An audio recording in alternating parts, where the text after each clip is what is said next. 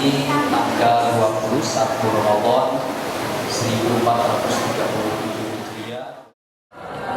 Alhamdulillah itu alamin. Wassalatu wassalamu ala asyrofil anbiya'i wal mursalin wa ala alihi wa sahbihi ajmain. Amma ba'd. Puji dan syukur marilah kita panjatkan kehadirat Allah Subhanahu wa taala yang senantiasa memberikan berkat rahmat nikmat kepada kita sekalian. Dan sore hari ini kita betul-betul mendapatkan berkat rahmat dengan hujan yang diturunkan dari langit, menginginkan suasana dan membuat kita nyaman di dalam Masjid Al-Ihtiyat. Salawat dan salam kiranya senantiasa dicurahkan kehadirat Nabi besar Muhammad SAW serta keluarganya, sahabatnya dan pengikutnya hingga akhir zaman. Dan mudah-mudahan kita dimasukkan di dalam hidup Rasulullah yang akan mendapatkan syafaat di hari akhir.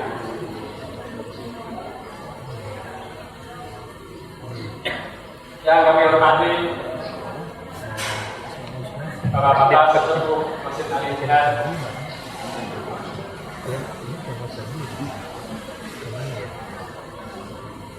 Pak Andi, Assalamualaikum Pak Andi, Pak Made, Bapak-bapak sekalian sesepuh yang barangkali tidak dapat kami sebutkan namanya satu persatu.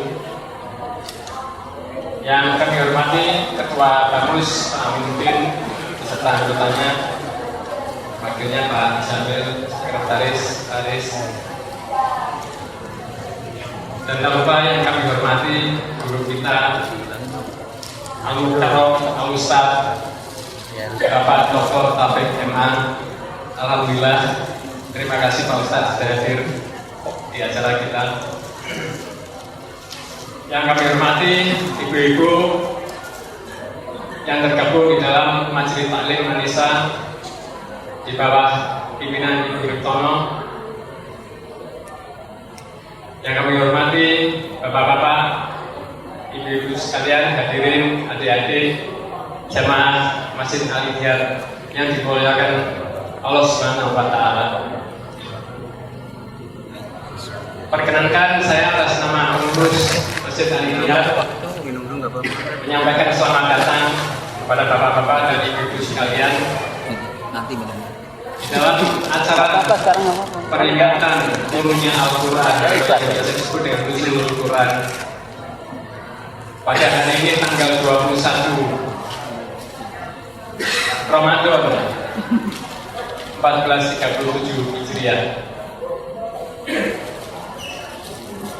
Mengapa kita peringati Nuzulul Quran pada hari ini tanggal 21 Ramadan? Kenapa tidak tanggal 17 atau barangkali tanggal yang lain di bulan Ramadan? Nanti biar Pak Ustadz yang menjelaskan. Tetapi perkenankan kami atas nama pengurus mengucapkan terima kasih kepada bapak-bapak dan ibu-ibu sekalian atas kehadirannya di dalam peringatan Nuzulul Quran yang kita selenggarakan pada sore hari ini di tengah hujan lebat yang cukup menghambat keinginan kita untuk keluar rumah, tetapi bapak-bapak dan ibu-ibu sekalian, adik-adik, saudara-saudara masih meringankan kaki, meringankan langkah untuk datang di rumah Allah yang saya kira ini rumah yang paling indah di lingkungan Bukit Permai, rumah yang penuh berkah untuk kita sekalian. Dan mudah-mudahan Allah memberikan pahala yang berlipat, memberikan berkat rahmat yang berlipat kepada bapak-bapak dan ibu-ibu sekalian yang sudah hadir di Masjid Al-Ihtiyat ini, dan mungkin juga jamaah lainnya yang masih di dalam perjalanan. Semoga dilancarkan jalannya dan dapat mengikuti buka bersama nantinya di Masjid Al-Ihtiyat. Sampai saat ini telah diterima kurang lebih 4 dari bapak-bapak dan ibu jamaah sekalian Jumlahnya kurang lebih sekitar 1,3-1,4 miliar. Alhamdulillah, sungguh sangat luar biasa sekali. Hanya dalam jangka waktu yang relatif singkat. Dan saya kira pembangunan ini kita rencanakan akan selesai menjelang puasa tahun depan, insya Allah sebelum bulan April. Rencananya 1 tahun sudah selesai semuanya. Dan besar anggaran yang kita perlukan menurut perkiraan awal adalah sekitar 2,5 miliar. Jadi walaupun dalam jangka waktu singkat kita sudah dapat mengumpulkan 1,4, kekurangannya alhamdulillah masih cukup lumayan, tetapi masih banyak waktu buat kita. Dan tetapi saya kira bapak-bapak dan ibu-ibu sekalian, bulan ini adalah waktu yang paling tepat bagi kita sekalian kalau mau menginfakkan atau mau bersedekah, karena di bulan inilah pahala dilipat gandakan. Saya kira kita masih punya kesempatan untuk melipat gandakan pahala di dalam ibadah-ibadah kita, dan khususnya bagi bapak-bapak yang mempunyai keringanan kelebihan harta untuk berbagi. Kita masih mempunyai kesempatan 9 hari, 8 hari, dan mudah-mudahan selama 8 hari jumlah yang kita terima akan lebih baik lagi. Amin. Saya kira demikian dan kurang kalam. Billahi taufiq wal hidayah. Wassalamualaikum warahmatullahi wabarakatuh.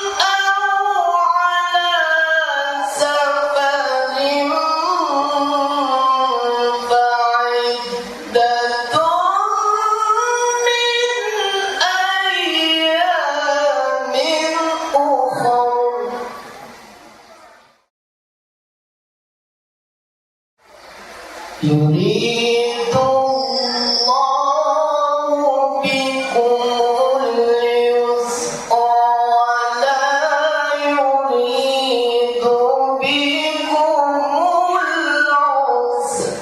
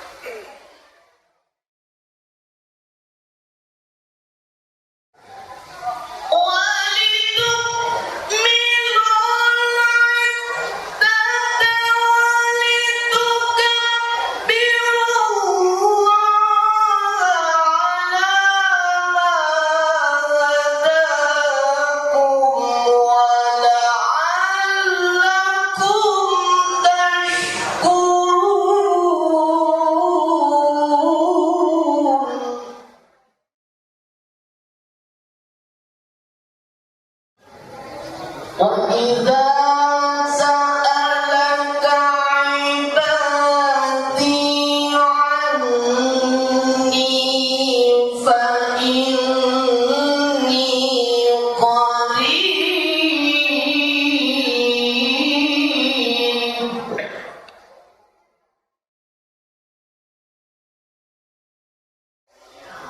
أجيب دعوة الداعي إذا دعاني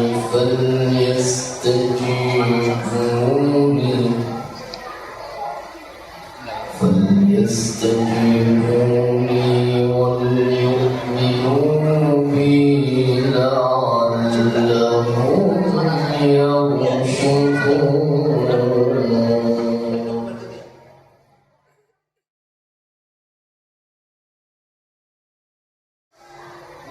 أجيب دعوة الداعي إذا دعاني فليستجيبوا لي وليؤمنوا بي لعلهم يرشدون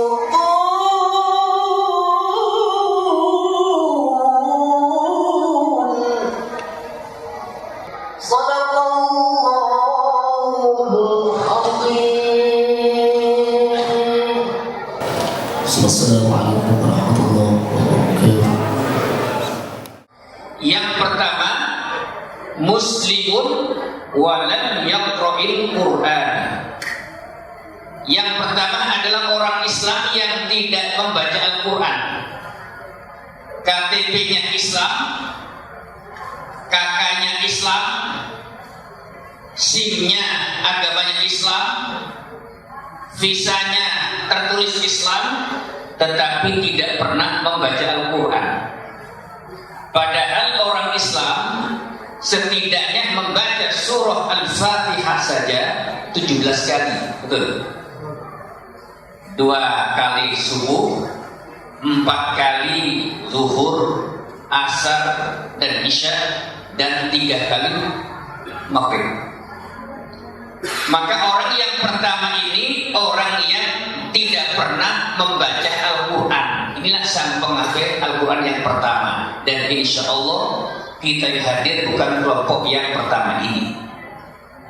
Yang kedua, siapakah sang penghafal Al-Quran itu? Muslimun yaqra'ul Qur'an wa lam yatadabbar ma'anihi. Orang Islam yang membaca Al-Quran walam yatadabbar ma'anihi, tetapi Al-Quran yang dibaca tidak dikaji. Bagaimana mungkin bisa mengamalkannya tanpa adanya pengkajian? Tapi insya Allah hadirin hadirat yang hadir di sini rutin mengkaji Al-Quran. Saya lihat di jadwal penuh. Ahad subuh, Ahad malam, Ahad subuh, Sabtu subuh, apa lagi? Minggu duha, banyak sekali kan? Ini bagian dari pengkajian Al-Quran.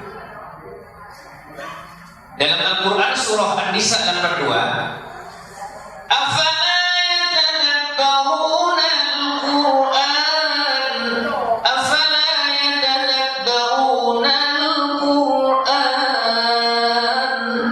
Dan tidakkah orang-orang yang mengaku beriman kepada Allah, orang-orang yang mengaku Islam, tadabbur Al-Quran? Lebih dahsyat lagi dalam surah Muhammad ayat 24, afala yatadabbaruna Al-Quran am ala qulubin aqfaluha. Tidakkah mereka orang-orang Islam tadabbur Al-Quran am ala qulubin aqfaluha, atau hati mereka terkunci? Bapak Ibu sekalian, bagaimana mungkin kita bisa mengamalkannya tanpa adanya pengkajian? Mohon maaf, betul Al-Quran terbitan Indonesia, terbitan Eropa sudah ada terjemahnya, baik bahasa Indonesia, bahasa Inggris atau bahasa-bahasa yang lain. Tapi sangat tidak cukup dengan terjemahan itu. Umpama hadirin ada yang lulus dari Fakultas Sastra Arab, Fakultas Adab, konsentrasi Bahasa dan Sastra Arab. Lebih mengerucut lagi jurusan terjemah. Umpama S1, S2 sampai doktor belum cukup untuk bisa memahami Al-Quran. Belum cukup untuk bisa memahami Al-Quran meskipun S1, Master of Arts, doktor sastra Arab. Kenapa? Karena Al-Quran tidak cukup hanya dengan bahasa Arab. Betul bahwa bahasa Arab merupakan gerbang yang pertama, betul. Tetapi tidak cukup. Makanya yang pertama ini bahasa Arab. Pak Taufik, apakah orang-orang Arab pasti paham? Belum tentu. Tidak mesti orang yang lahir di Mekah, lahir di Madinah, lahir di Yaman, lahir di Mesir paham Al-Quran, belum tentu. Karena bahasa Al-Quran berbeda dengan bahasa amiyah mereka. Yang kedua, tidak cukup dengan asbabun nuzul, tidak cukup dengan bahasa Arab, maka yang ketiga dengan ilmu munasabatul ayat bil hadis, ilmu keterkaitan antara ayat dengan hadis Nabi. Sudah 3 ilmu itu: bahasa Arab, asbabun nuzul, dan ilmu hadis. Jadi sudah 2 fakultas ini, sastra Arab dan fakultas takrij hadis. Nah, singkat cerita ternyata ayat ini berkaitan dengan bagaimana perlakuan seorang suami terhadap istri yang sedang haid. Ada 3 fikih. Fikih yang pertama dari Abdullah ibnu Abbas dan Ubaidah as-Salmani, bahwa ketika istri haid maka yang wajib dijauhi dari ujung rambut sampai ujung kaki tidak boleh disentuh dengan telapak tangan atau kulit. Mohon maaf, Ustaz, buat contoh saja, berdiri Ustaz. Nah, kalau begini boleh, umpama istri saya, ini bukan LGBT, bukan. Nah, ini boleh. Kenapa? Beliau pakai kain. Tapi kalau begini haram. Haram. Nah, ini pendapat Ibnu Abbas dan Ubaidah as-Salmani. Yang kedua fikihnya Abu Hanifah dan Imam Malik, bahwa ketika istri sedang haid yang wajib dijauhi ma baina surra ila rukbah, pusat sampai lutut tidak boleh disentuh dengan telapak tangan atau kulit. Yang boleh yang mana? Pusat ke atas halal, lutut ke bawah boleh. Bu, selama ini suami ikut yang mana, Bu? Yang pertama atau yang kedua? Yang kedua. Pak, ikut yang mana, Pak, selama ini? Yang pertama atau yang kedua? Kedua, sepakat. Saya yang ketiga. Saya ketiga. Saya berbeda dengan Bapak Ibu. Kita boleh beda. Apa yang ketiga? Al-Imam Asy-Syafi'i menyatakan bahwa yang wajib dijauhi oleh seorang suami terhadap istri yang sedang haid adalah maudhi'ul adha faqat wa huwa al-farj faqat. Nah, saya ketiga saja sebut-sebut. Apa yang ketiga? Jika istri saya haid, maka yang wajib saya jauhi hanya tempat keluarnya darah saja. Semuanya boleh. Makanya saya kata ini, ayo mau pindah. Boleh pindah, silakan. Kenapa? Kita boleh milih satu di antara 3 ini. Sekarang pertanyaannya, kenapa Abu Hanifah, Imam Malik, Imam Asy-Syafi'i, Abdullah ibnu Abbas punya fikih yang berbeda? Yang pertama, kenapa Abdullah ibnu Abbas menyatakan bahwa jika kita punya istri sedang haid, yang wajib dijauhi seluruh anggota tubuh kecuali